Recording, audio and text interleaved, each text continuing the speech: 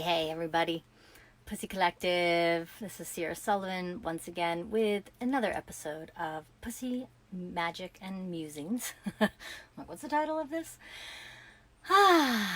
So, today I want to share a little magical story, of course, to go with the theme of what's happening here. Some of you may have heard me in past episodes talk about what I like to call the Pussy Network. And it's a big, long story, so I'm trying to think how I can actually truncate it to be valuable. But basically, I think a couple episodes ago, I was saying how not listening to my pussy cost me a lot of time and energy and frustration.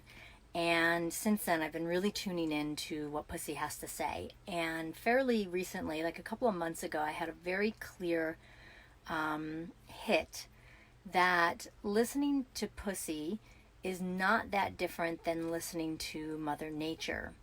And the sense that we are of nature, right? We are, and if any of you have seen my Secrets of the Yoniverse class, which you can check out at secretsoftheyoniverse.com, I compare the beauty of nature and the divinity of nature to the divinity of our sacred portals. So I've been kind of geeking out on the connection between nature and us and how much we really are connected to nature and how the world has created, the mind of mankind has created a world that feels very separate from nature. And it's not, we're not, that's a total illusion. And so we are all part of nature. We are connected to nature. And if you've ever seen the movie Avatar, I really love that movie because it shows how connected that particular, made up species is to nature and how they can communicate with nature and communicate with Gaia. And I believe that our connection is very much the same. We've just forgotten about it because we've become so domesticated.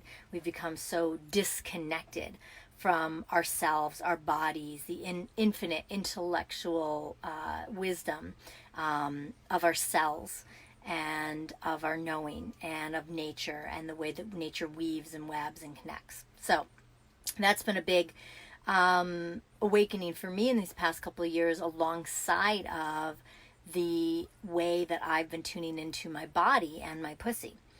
So long story short, the other day, we work on this, we have this amazing event for couples.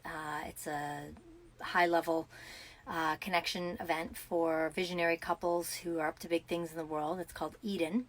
And we have an event coming up in October, and it's not like we can just market this event because it's a highly curated event. There's very specific people that are the avatar for this event, and it requires a conversation and a referral to even be considered to come to the event. So it's not like you're just like out in the world and you can just go buy a ticket in order to even come to the event. You have to have a conversation with Rano and I to find out, are you a good match? Are you a good fit? Is your relationship at a level that can really hold the container as well as the container needs to be held for everyone else in the container? And I basically, I'm in charge of enrollment for this event. And one of the biggest obstacles that I found in creating successful enrollment for this event is the incredible amount of communication and outreach that's required to get on the phone with not just one person, but two people, because we need to be on the phone with both parties in the couple in order to, find out if they're a good fit and enroll them in coming to the event if they are.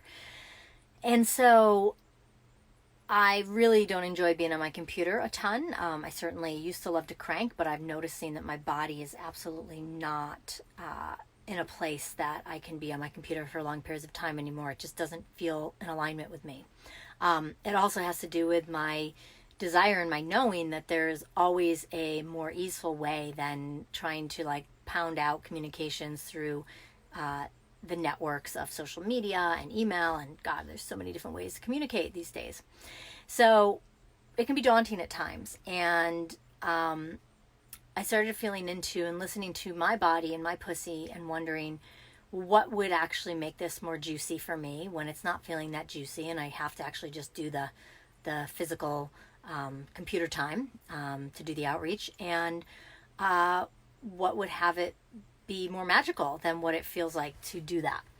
And the answer I got, because I've been up here at the Love Shack or the Love Chateau for the last several months, which is pretty much just us and nature, water, stars, fields, wild animals, ospreys, all sorts of really beautiful things, and trees, you name it.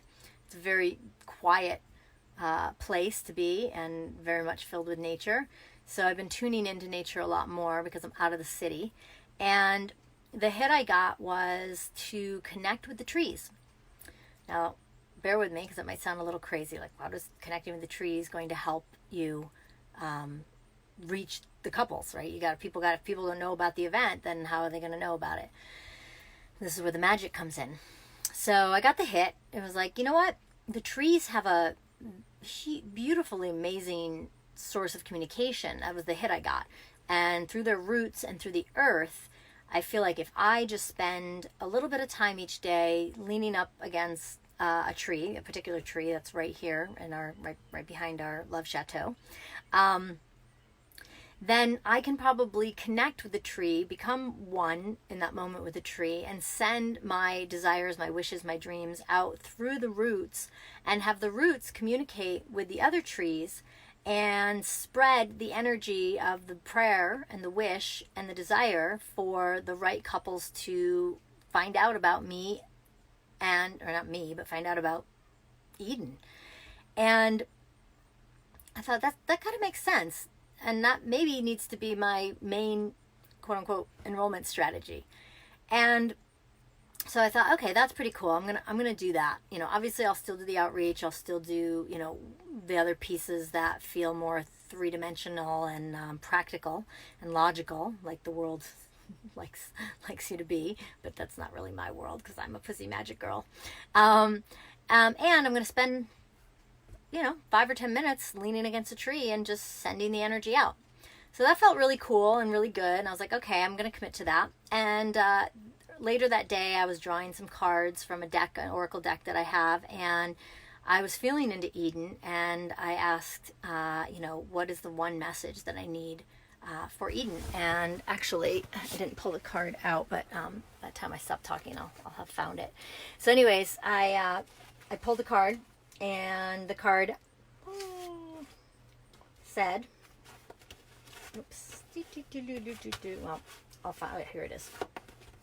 I pulled this card, which is manifest your dreams. And of course, there it is, a picture of a tree and the roots and the egg and the eyes and just like the connection and a lot of kind of pussy vibes in that one too. So I thought, oh my God, that's a good sign, right? That's a good sign. I was just feeling the trees, and then I was feeling into Eden, and then I pulled that card, and that's really good. So I've been sitting by the tree yesterday and today. And last night I got on a roll. I was going through my Facebook feed and being like, who are the couples that I need to reach out to? And I don't want to forget anybody. And so I was going through my Facebook feed, or not my Facebook feed, but my Facebook friends. And I was kind of notating, oh yeah, make sure I connect with that person and checking in with everybody. And I ended up getting caught in my computer for hours. And I was like, oh God, I'm caught in my computer for hours. But I was also tuned into, like, even though I look at my friends and I'm like, oh, who do I know? I don't know all my friends. I've got like 4,200 and some odd friends on Facebook, and I don't know everybody. And some people I met very briefly, and some people I've had relationships in the past. And there's a smorgasbord of people in my community, on my Facebook community friends. So one guy caught my eye, and I thought, this guy's interesting. His name sounds familiar. His picture looked intriguing. And turns out he's somebody actually from my hometown that I don't even know how we became Facebook friends, because I don't remember him from growing up, but he looks like he's somebody from my age range. Anyway, so I'm checking him out. I'm like, who is this guy? He seems kind of like my people. Who is he? And I'm scrolling down, and I end up seeing this TED video, it's not a TED Talk video, but it's a TED animated video about the communication of trees. And I thought, what are the odds? And I watched this video, and I had a sense of communicating through trees, but I didn't actually realize the vast network of communication that goes on between trees, and how something that cannot move, cannot speak, you know, doesn't technically have conscious thought from what we know, could communicate so profoundly and powerfully with other trees. Now, I had a sense of that, but I didn't know the science behind it. And it turns out it also has to do with the fungus at the tips of the roots and the connection between the trees and the fungus, which I knew a little bit about mushrooms and their connection because a friend told me about it recently, but I didn't know that whole thing. And I thought, that's pretty magic. That I heard that from my inner self. I felt like it was true. I pulled that card, and then while I was doing the actual labor, while also connecting with the tree, I found that video. So I'll post that video below, but the point being is, a lot of times, the things we think we have to do, and it is important to do those things, but the things we think we have to do are really only part of what we have to do. And the idea of sitting against a tree and sending out energy, to some people would sound crazy. Like, it would just sound absolutely crazy. And yet there's two powerful things that validated, I call them breadcrumbs, that there's something to that. And when it comes to what I like to call the pussy network, it's very similar. We think we need to directly communicate with people via the tools of technology that we've been given over the past, 50 years. But before that, we only had telephones, and we had, conscious thought to some degree. And, it's like those moments where you think of somebody and then they pop up in your feed, or you think of somebody and then they reach out to you, or you reach out to somebody and like, oh my God, I was just thinking of you. That to me is really the network, similar to the trees, and similar, like, we all have a connection deeper than what we think technology does. Technology offers us an access point, but I believe technology is just pointing to the ways that we can actually cultivate that communication, and actually already have that communication in the network of our oneness, I guess. So I thought it was a pretty magical thing, and I thought it was worth sharing. And the takeaway I would invite for you is to take a moment to lean back and listen when you're trying to get something done and it feels tougher than it should be, or something that you're not really wanting to do. And is there a different way? And what wisdom might you gain from leaning back and listening and being in nature, and allowing spirit and the magic of life to show you that there may be another way. Now, the dream and the vision I have for the tree connection is that it's going to whisper to people. Like, I visioned a couple walking in the woods and having a conversation about where I wish they were supported more, and then that night going out to dinner with a friend and hearing about, Eden, or coming across somebody in the hike and hearing about Eden. Like, I don't know how this works. I don't know, I just know that there is a possibility to do something on a more organic level than a technological level. And I'm testing that out. I'm playing with it, because I believe that when we are tuned into the infinite intelligence of our bodies, including our pussies, we have a communication network access point that a lot of us don't take the time to tune into. And while the first internet people were, the most successful in the ways of, creating businesses because you could reach a lot of people, I believe that the next frontier is being able to master the connection between our cellular bodies, and for women through the pussy network. So it's a bit crazy sounding, but I'll keep you posted. And I invite you to play with other ways of getting things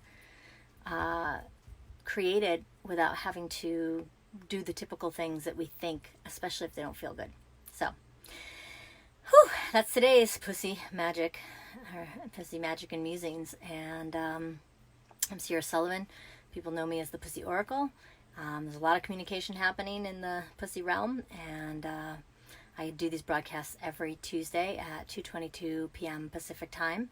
And if you're inspired and you want to learn to connect in more with your pussy and your divinity as a woman and your magical powers and your ability to manifest.